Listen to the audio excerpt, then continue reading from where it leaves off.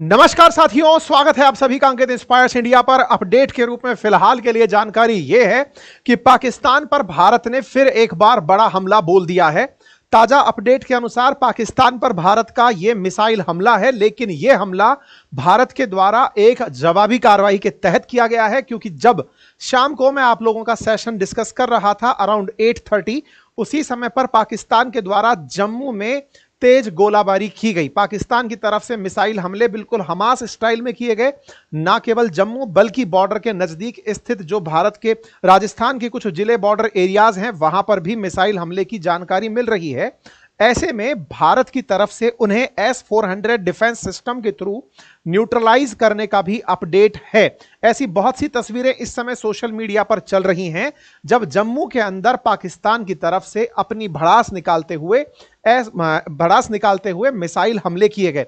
जम्मू कश्मीर, पंजाब और राजस्थान के अंदर ऐसे बहुत सारे ड्रोन्स और मिसाइलें दागी गई, लेकिन उन्हें S-400 सिस्टम के द्वारा नाकाम कर दिया गया। जम्मू और पठानकोट पर सुसाइड ड्रोन से हमला किया गया, बिल्कुल उसी अंदाज में जिस तरह से हमने अभी थोड़ी देर पहले वाले सेशन में बताया था कि हमने किस तरह से रडार को मारने के लिए हार्नी और हारोन ड्रोन भेजे थे। बिल्कुल उसी अंदाज में इन लोगों ने अपनी तरफ से कामिकाजे ड्रोन भेजे हैं, ऐसी सूचनाएं मिल रही हैं। ड्रोन्स में जम्मू एयरपोर्ट और पठानकोट एयरफोर्स स्टेशन को एयरपोर्ट बेस को निशाना बनाने की बात आ रही है, जहां पर भारतीय एयर डिफेंस सिस्टम ने उन्हें न्यूट्रलाइज कर दिया है। अब ये कुछ तस्वीरें हैं, जिन तस्वीरों में भारत की तरफ से डिफेंस की तरफ से जो डिफेंसिव फोर्सेस की तरफ से चलाई जा रही मिसाइलें हैं, यानी S-400 जैसा जो सिस्टम है उसकी तस्वीरें हैं, और दूसरी तरफ से आती हुई दुश्मन की तरफ से आती हुई मिसाइलें दिखाई दे रही हैं। ये सारी जो वीडियोस मैं आपको दिखा रहा हूं, ये लोकल्स के द्वारा शेयर किए गए वीडियोस हैं। जो जम्मू के लोकल्स हैं उनके द्वारा ये सारे वीडियो शेयर किए गए हैं। आप इन तस्वीरों को देख सकते हैं, किस तरह से आसमान में आपको चलते हुए ये मिसाइल्स दिखाई दे जाएंगे, और इन्हीं को काउंटर करने के लिए किस तरह से भारत की तरफ से खड़ा हुआ S-400 डिफेंस सिस्टम इनको न्यूट्रलाइज करने निकल रहा है। ये तमाम वो वीडियोस हैं जिसमें आपको आते हुए तमाम मिसाइलें दिखाई दे रही हैं। आप इन्हें ऑब्जर्व कर सकते हैं, और जब ये मिसाइलें आ रही हैं तो इनको न्यूट्रलाइज करने के लिए आप अब इन्हें हवा में ही फटते हुए देख सकते हैं। इनका फटना हवा में संभव कैसे हो रहा है? तो भारत की तरफ से जो S-400 डिफेंस सिस्टम है वो इसको अपनी तरफ से काउंटर कर रहा है और हवा में ही फोड़ रहा है। संभवतया आप इसको अब ऑब्जर्व कर रहे हो कि यह घटना किस तरह से हो रही है। हमारा जो डिफेंस सिस्टम है वो किस तरह से काम कर रहा है। यहां से एक बात बहुत अच्छे से स्पष्ट होती है, और वो ये है, पाकिस्तान के द्वारा सिविलियन एरियो को टारगेट बनाने का प्रयास किया गया, लेकिन हमारा एयर डिफेंस सिस्टम बड़ी मुस्तैदी से अपने क्षेत्रों की सुरक्षा को बड़े ही अच्छे से कर रहा है। ये आपके सामने वीडियो फुटेजेस हैं जो कि जम्मू से निकलकर आ रहे हैं। तो 8:30 बजे के आसपास की ये घटना है, जिस समय हम आपके साथ इससे पहले वाले सेशन में लाइव थे। उस समय पर इस तरह की गोलाबारी यहां पर हो रही थी, जो मैं आपके सामने दिखा रहा हूं। ये तमाम प्रकार की तस्वीरें हैं जिन्हें आप यहां पर आते हुए देख सकते हैं, और ये आपको आवाजें जो सुनाई दे रही हैं, ये हर कैमरे में या फिर लोगों ने अपने मोबाइल्स में रिकॉर्ड की हैं। यहां पर ये सारी की सारी आपको ये दूर से जाती हुई गोला बारूद जो है वो दिखाई दे जाएगा। मतलब ये जो बम्बार्डमेंट है ये ऑब्जर्व हो रहा है, मिसाइलें किस हद तक चलाई गई हैं ये यहां पर नोटिस हो रही हैं। यहां पर टारगेट करने का प्रयास जम्मू एयरपोर्ट को हुआ, लेकिन इंडियन एयर डिफेंस सिस्टम के द्वारा इन्हें न्यूट्रलाइज कर दिया गया। यहां पर आप अगर ऑब्जर्व करें तो ये तमाम चीजें हैं। यहां पर कुछ ऐसे वीडियोस बाहर निकलकर आ रहे हैं। भारत में 11 जगह पर हमले पाकिस्तान द्वारा अभी किए गए हैं, ऐसा मीडिया रिपोर्ट्स हैं, और उन मीडिया रिपोर्ट्स के अनुसार जहां जहां हमले प्लान हुए, भारत ने उन हमलों को नाकाम कर दिया है। जम्मू कश्मीर में जम्मू, उधमपुर, किश्तवाड़, अखनूर, सांबा, श्रीनगर और अनंतनाग में हमले हुए। राजस्थान में बाड़मेर, बीकानेर, श्रीगंगानगर। पंजाब में चंडीगढ़, मोहाली, जालंधर, अमृतसर, होशियारपुर, गुरदासपुर और पठानकोट। और गुजरात में भुज और कच्छ का नाम आ रहा है। कुछ इस तरह से ये हमलों की तस्वीरें आ रही हैं। इनसे ये तो स्पष्ट है कि पाकिस्तान द्वारा मिसाइलें चलाई गई हैं। अब इस बात को लेना कैसे है? लेना इस तरह से है कि पाकिस्तान का जो खिसियाहट है, जो खिसियाना है, वो इस हद तक हो चुका है कि वो अब सिविलियंस पर हमले करना शुरू कर चुका है। सिविलियंस पर किए गए हमले, देखिए युद्ध के अंदर स्टेजेस हैं। स्टेजेस में सबसे पहले हमने आतंकियों के ठिकाने को टारगेट किया। उसने आतंकियों के ठिकाने को टारगेट करने पर भारत के अंदर सेना के ठिकानों को टारगेट करने का प्रयास किया, लेकिन सेना के ठिकानों को टारगेट करते करते उसने पुंछ में सिविलियंस की जान ले ली। अब ये जो अभी की तस्वीरें आ रही हैं, इन तस्वीरों में पाकिस्तान द्वारा सिविलियन एरियाज को टारगेट किया जा रहा है, और सिविलियन एरिया को जो टारगेट किया जा रहा है, इससे ये स्पष्ट है कि अब ये फुल स्केल वॉर की तरफ बढ़ चुके हैं। ऐसे में भारत शांत नहीं बैठेगा, ये सभी को कन्फर्म है। सिविलियन पर 26 पर्यटकों की जान गई थी, तब हम पाकिस्तान के अंदर 9 धमाके करके आ गए थे। पाकिस्तान के अंदर घुसकर आतंकियों और उनके आकाओं को मार कर आए थे। ऐसे में अगर ये सोचते हैं कि बॉर्डर पर गोला बारूद चलाकर सिविलियंस की जान के साथ ये खिलवाड़ कर देंगे, तो ये हो नहीं पाएगा। भारत पूरी तैयारी के साथ है, और ऐसे में हमने इन क्षेत्रों के अंदर पूरी तरह से ब्लैकआउट अनाउंस कर दिया है। आप अभी 9:30 बजे की ये तस्वीर देख रहे हैं। राजस्थान का एक बॉर्डर जिला है बीकानेर, वहां पर पुलिस के द्वारा एनफोर्स किया गया, पूरी तरह से ब्लैकआउट अनाउंस किया गया, और यहां पर आप देख सकते हैं पूरी तरह से यहां अंधेरा हो गया है। ऐसे ही आप कंप्लीट ब्लैकआउट बाड़मेर में देख सकते हैं। ये कंप्लीट ब्लैकआउट, और सायरन की पीछे से आवाजें आपको सुनाई दे रही हैं। जो जो बॉर्डर डिस्ट्रिक्ट्स हैं, फिलहाल राजस्थान में भी, ऐसे ही पंजाब में भी, जम्मू कश्मीर में भी, वहां पर कंप्लीट ब्लैकआउट प्रैक्टिस किया जा रहा है। ऐसी ही तस्वीरें भुज से, गुजरात के अंदर से आ रही हैं। जम्मू कश्मीर के भी कुछ तस्वीरें आई हैं। तो कुल मिलाकर के अब इन सारे बॉर्डर एरियाज पर जहां जहां से पाकिस्तान ने फायर ओपन किए हैं, वहां पर इंटरसेप्शन भी जारी है। इनको इंटरसेप्ट किया जा रहा है। ब्लैकआउट लेह के अंदर, श्रीनगर के अंदर, जालंधर के अंदर होता पाया गया। पूरे कश्मीर की बिजली को सुरक्षा कारणों से फिलहाल के लिए बंद कर दिया गया है, ताकि कश्मीर में किसी भी आबादी क्षेत्र को टारगेट करने में सुविधा ना हो। जब वो हवाई जहाज चल के आए तो वो मिसाइल गिराने से बच सकें। ऐसे में धर्मशाला में आईपीएल का मैच होना था, उसे रोक दिया गया है। पंजाब किंग्स और दिल्ली कैपिटल्स के बीच में धर्मशाला का मैच होना था, उसे रोक दिया गया है, क्योंकि मैच में हाईलाइट एरिया होता है, और ये सभी वो जगह हैं जहां पर बहुत अंधेरा रहता है। और ऐसे में मैच जिस जगह होगा, वहां पर रात्रि के समय फ्लड लाइट्स जलने से दूर से वो जगह ऑब्जर्व हो जाती हैं। ऐसे में एक साथ बहुत से लोग एक जगह पर एकत्रित होना सुरक्षा कारणों से काफी ज्यादा चुनौतीपूर्ण हो सकता है। ऐसे में इस मैच को यहां से रद्द कर दिया गया है। डिफेंस सोर्सेज के द्वारा इसका कंप्लीट एनालिसिस चल रहा है। लेकिन यहां एक बात और है जानने योग्य, और वो ये है कि यहां पर ये जो हमले हुए हैं, इन हमलों का रिजेंबलेंस माना जा रहा है हमास टाइप हमलों से। आपको यदि याद हो तो हमने आपको कुछ दिनों पहले एक सेशन में बताया था कि इजराइल पर जो हमास के हमले थे, ये जो तस्वीरें हैं कि इजराइल पर हमास ने जो हमले किए थे, वो हमास के हमले भारत में संभावित हैं। यह सेशन मैंने आपको आज से 3 महीने पहले करा दिया था, जब मैंने आपको यह बताया था कि कश्मीर में आतंक फैलाने की तैयारी में हमास है। ये जो पहलगाम में आतंकी हमला हुआ, उसके पीछे भी हमास का हाथ रिलेट किया जा रहा है, लेकिन कोई भी पुख्ता अभी तक क्लेम नहीं है। लेकिन हमास के आतंकी कश्मीर में आतंक फैलाने की तैयारियों से 3 महीने पहले आए थे, जिस पर मैंने सेशन किया था। ये वो तस्वीरें हैं जब हमास के आतंकी आपको पीओके के अंदर दिखाई दिए थे। अब जो ये हमला हुआ है, ये बिल्कुल उसी अंदाज में है जैसे कि इजराइल पर हमास के गोले आते थे, बिल्कुल उसी अंदाज में भारत के जम्मू पर या और क्षेत्रों पर मिसाइलों का एक साथ बम्बार्डमेंट किया जा रहा है। यहां पर ये लोग जब बम चला रहे हैं तो किसी भी बहुत अच्छी मिसाइल का खर्चा नहीं कर रहे हैं, बस सस्ती टाइप की मिसाइलों को एक बार में फेंक कर मार रहे हैं। इन्हें एक और टैक्टिक लग रही है, जो वार टैक्टिक इनके काम की होगी। शायद ये सोच रहे हैं कि सस्ते सस्ते बम चला करके भारत के डिफेंस सिस्टम को अंगेज करके रखो, हो सकता है उसके बारूद को नष्ट करके रखो। अब ये जिस भी तरह की वार टैक्टिक है, भारत उनके ट्रैप में फंसता है या फिर उन्हें जवाबी कार्रवाई करते हुए उनको पलटवार जवाब देता है, ये देखने वाली बात होगी। लेकिन हां, ये जो तरीका है, ये तरीका बिल्कुल मिलता जुलता तरीका है। एक साथ बहुत सारे हमले करना और डिफेंस सिस्टम को इस तरह से, क्योंकि यहां माना जाता है, मैंने अभी थोड़ी देर पहले भी जब सेशन किया था उसमें मैंने एक लाइन आपसे कही थी, और वो ये थी कि हमारा जो S-400 है, उसका जब टेस्टिंग हम लोगों ने किया था तो 80% तक एक्यूरेसी फाइटर जेट्स के केस में मिली थी।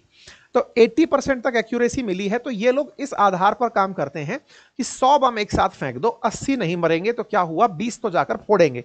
तो यही बात हमास छोड़ यही सोचता था, हिजबुल्ला यही सोचता था। इवन ईरान ने भी इजराइल पर जब गोले छोड़े तो हजारों की संख्या में एक साथ मिसाइलें दागी। पता था कि इजराइल सबको न्यूट्रलाइज कर देगा, लेकिन अगर 2-4 भी गिरी तो इस बात का ईरान जश्न मना लेगा, और ऐसा हुआ भी। यमन भी इसी थॉट के साथ, हमास भी, हिजबुल्लाह भी, यानी कि जब आपका डिफेंस सिस्टम बहुत पावरफुल होता है तो दुश्मन अपने यहां से वॉर की संख्या बढ़ा देता है कि मैं इतनी बड़ी संख्या में मतलब वो करूंगा, गोलियां चलाऊंगा कि कोई तो जाकर टिकेगी, बस कोई तो जाकर टिकेगी। वही वाला तरीका ये अपनाते हुए भारत पर हमले कर रहे हैं। लेकिन अगर इतने हमले भारत ने कर दिए तो यह छलनी छलनी हो जाएगा। बस यही इंपॉर्टेंट तथ्य है जो पाकिस्तानियों को समझने की आवश्यकता है। यह टैक्टिक हमास वाला भले ही सीख गए हों, लेकिन रिटेलिएशन में अगर भारत ने ऐसा कर दिया तो पाकिस्तान के पास बचने के लिए एयर डिफेंस सिस्टम नहीं है। वो इन सभी मिसाइलों से बड़ा नुकसान झेलेगा, और इस झेलने की ही आने वाले समय में, यानी कि कल हो सकता है मैं आप लोगों को सुर्खियां सुनाऊं, क्योंकि भारत आज रात को शांत बैठने वाला नहीं है। वो इस पर जरूर जवाबी कार्रवाई करना शुरू करेगा। रिपोर्ट्स आना शुरू हो चुकी हैं कि भारत की कार्रवाई चल रही है, लेकिन मैं जब तक पुख्ता जानकारी नहीं मिल जाएगी मैं आप तक उन बातों को साझा नहीं करूंगा। भारत की मीडिया में एक खबर और इस समय चल रही है, और वो ये है कि भारत ने जम्मू में F-16 फाइटर जेट को गिरा दिया है। उसके पायलट को पकड़ने की भी खबरें आ रही हैं। अगेन, ये जानकारी चूंकि अभी तक पुष्ट नहीं है, और अगर इस जानकारी की सत्यता कल तक प्रमाणित नहीं होती है तो इसे आप अभी तक फेक खबर ही मानिएगा। हालांकि बहुत सारे अखबारों ने इस खबर को ले लिया है। India shot down F-16 and JF-17 jets after Pakistan attempt, तो 2 फाइटर जेट के मारे जाने की खबर है, लेकिन इस खबर को सत्यता के साथ ही आप लें। यह माना जा रहा है कि भारत ने पाकिस्तान के फाइटर जेट्स गिरा दिए हैं। इसी के साथ साथ नेपाल कॉरेस्पॉन्डेंट ने इस बात को, खबर को कन्फर्म करते हुए कहा कि साहब F-16 मार गिराया गया है। अब ये F-16 की क्या कहानी है वो जान लो। असल में F-16 अमेरिका का 3.5 जनरेशन का, कई बार लोग इसको 4th जनरेशन भी बोल देते हैं, जैसे भारत का राफेल 4.5 जनरेशन का है, ऐसे F-16 3.5 जनरेशन का फाइटर जेट माना जाता है। ये वो फाइटर जेट है जिसे अमेरिका ने अब खुद की सेना के लिए खरीदना बंद कर दिया है। अब इसे केवल एक्सपोर्ट किया जाता है, और इसको बेचकर अमेरिका बढ़िया पैसा कमाता है। लगभग 25 से ज्यादा देश दुनिया में F-16 फाइटर जेट यूज करते हैं, लेकिन अमेरिका F-16 को कुछ ही चुनिंदा देशों को देना चाहता है। भारत को ये F-16 देने के बारे में शुरुआत में अभी भी कहा कि आप हमारा F-16 खरीद लीजिए। भारत ने F-16 लेने से इनकार कर दिया। पाकिस्तान को F-16 चाहिए था। पाकिस्तान ने F-16 के लिए इनके सामने खूब अरदास की, तब जाकर के उन्हें F-16 नहीं मिला एक तरीके से। लेकिन जब अफगानिस्तान वाला मामला आया तो पाकिस्तान ने नेगोशिएट किया कि मैं आपको अफगानिस्तान में तभी मदद करूंगा, क्योंकि ये तो हर किसी को बेच देता है ना। तो अफगानिस्तान के लिए कि इसने अपने आप की जमीर को बेचा और कहा कि साहब देखो, आप मुझे F-16 दोगे तो मैं आपको अफगानिस्तान में मदद करूंगा। तब जाकर अमेरिका ने इसे F-16 दिए। 2016 तक आकर इनके पास F-16 पहुंचे हैं, लेकिन अमेरिका ने इनके ऊपर इतनी नकेल F-16 के केस में कसी थी कि अगर आपने इसका उपयोग हमसे बिना पूछे या फिर हमें बिना बताए किसी क्षेत्र में किया तो हम इन्हें वापस ले लेंगे। आप अगर इनका मूवमेंट एक जगह से दूसरी जगह करा रहे हो, हमें बिना बताए करा रहे हो, तो हम वापस ले लेंगे। F-16 के मामले में पाकिस्तान पर काफी कठोर प्रतिबंध लगाने का प्रयास अमेरिका ने कहा था कि करेंगे, लेकिन ऐसा हुआ नहीं। पिछली बार भी जब भारत के साथ इनका कन्फ्लिक्ट हुआ था तब F-16 भारत ने मार गिराया था। अमेरिका ने तब भी पाकिस्तान के ऊपर कोई ज्यादा प्रतिबंध नहीं लगाए थे। कुल मिलाकर के F-16 पाकिस्तान के पास अमेरिकी प्रोडक्ट है, और यह इस समय इनके वायुसेना के बेड़े की बड़ी ताकत माना जाता है। लेकिन भारत का जो राफेल सिस्टम है वो F-16 से फार बेटर है। F-16 की तुलना में राफेल के साथ जो मिसाइल भारत ने परचेज की हैं, जो हमने असलहा परचेज किया है, स्कैल्प मिसाइलें हमने परचेज की हैं, वो काफी ज्यादा सटीक हैं और वो स्टेल्थ टेक्नोलॉजी से लैस हैं, यानी कि उन मिसाइलों को ही इंटरसेप्ट कर पाना बहुत मुश्किल बात है। ऐसे में उन्नत किस्म का राफेल F-16 से काफी बेहतर है। और यहां तक बात की जाए चाइना के द्वारा दिए गए JF-17 की, तो इनके पास जो JF-17 है उसके लिए हमारा तेजस भी पर्याप्त है, वो इससे निपट लेगा। भारत ने F-16 को इसीलिए अमेरिका से नहीं खरीदा क्योंकि रूस ने F-16 को, यूक्रेन के F-16 को मार गिराया था बढ़िया अच्छी संख्या में। तो ऐसे में यह माना जाता है कि F-16 अब टिक नहीं पाता, भारत को उसकी जरूरत नहीं है, इसीलिए भारत ने उसको लेने से इनकार कर दिया था। अमेरिका हमसे यह बात 2024 में बोला था, हम चाहते हैं कि इंडिया को F-16 दे, लेकिन भारत ने इसमें रुचि नहीं दिखाई थी। फिलहाल के लिए ये तो था जम्मू और उसके आसपास की गोलाबारी से जुड़ा अपडेट। बाकी अपडेट्स में गौतम अडानी का एक ट्वीट इस समय काफी चर्चा में है, जिसमें उन्होंने भारतीय सेना के लिए अपनी तरफ से मतलब वो दी हैं शाबाशियां दी हैं या फिर कहिए उनके पक्ष में समर्थन दिया है। साथ ही साथ में दिल्ली सरकार ने सभी सरकारी कर्मचारियों की छुट्टियों को रद्द कर दिया है। राजस्थान के अंदर कर्मचारियों की छुट्टियों को रद्द कर दिया गया है। मुख्यमंत्री ने इसके आदेश जारी कर दिए हैं। इतना ही नहीं, भारत की तरफ से अमेरिका के जो सेक्रेटरी मार्को रूबियो हैं उनको टेलीफोनिक रूप से अपडेट करा दिया गया है। यूरोपियन यूनियन को भारत की तरफ से अपडेट करा दिया गया है कि यह सब हो रहा है। ये 10:30 बजे की तस्वीरें हैं जो आप देख रहे हैं। इसी के साथ साथ इटली को हमने अपडेट करा दिया है। यानी कि जो हमारे मित्र राष्ट्र हैं उनको ये सारी जो घटनाएं हो रही हैं इनके बारे में हम लगातार अपडेट करते चल रहे हैं कि साहब देखो ये सब घटनाएं हुई हैं, अब हम बदला लेंगे, तो आप किसी तरह से प्रतिरोध मत करना। क्योंकि हमारा ये इंफॉर्मेशन देने का कारण बड़ा है, और वो कारण ये है कि हमने पहले उनको बताया था कि हमारे पर्यटक मारे गए तो हमने आतंकियों को मारने के लिए ठिकानों पर हमला किया। ये टिट फॉर टैट था, और ट्रंप भी यही बात बोल रहे थे कि भारत ने वही किया। भाई उनके पर्यटक मरे थे तो भारत उनके आतंकी मार दिया। लेकिन पाकिस्तान ने अब हमारे सिविलियंस को और हमारे सेना के अड्डों को टारगेट किया है। यही कारण है कि जयशंकर साहब ने विदेशों में बैठे हुए सभी डेलीगेशंस को इन्फॉर्म कर दिया है कि सर देख लो, अब इनके द्वारा सिविलियंस को टारगेट किया जा रहा है, हम हाथ पर हाथ धरकर नहीं बैठेंगे। ऐसे में सैन्य ठिकानों पर भारत में तो कोई नुकसान नहीं हुआ है। साथ में गृह मंत्री के द्वारा जो भी पैरा मिलिट्री फोर्सेस हैं जैसे कि बीएसएफ, सीआरपीएफ, सीआईएसएफ, इन सभी के डीजी से बात कर ली गई है। कुल मिलाकर के ऐसे समय पर भारत पूरी तरह से दुनिया को यह बताना चाह रहा है कि हम पर हमला हुआ है, हमने हमला नहीं किया था। अब चूंकि हम पर हमला हो गया है, ऐसे में ही इवनिंग में मैंने आपको सेशन में बताया था कि ईरान के विदेश मंत्री को भी भारत ने यही संदेश दिया, अगर हम पर हमला हुआ तो हम चुप नहीं बैठेंगे। तो हम पर हमला हुआ, हमने ये पूरी दुनिया को अब बता दिया है कि सर देखो ये विजुअल्स आ चुके हैं, हम पर हमला हुआ है और हम चुप नहीं बैठेंगे, ये दुनिया को पहले से पता है।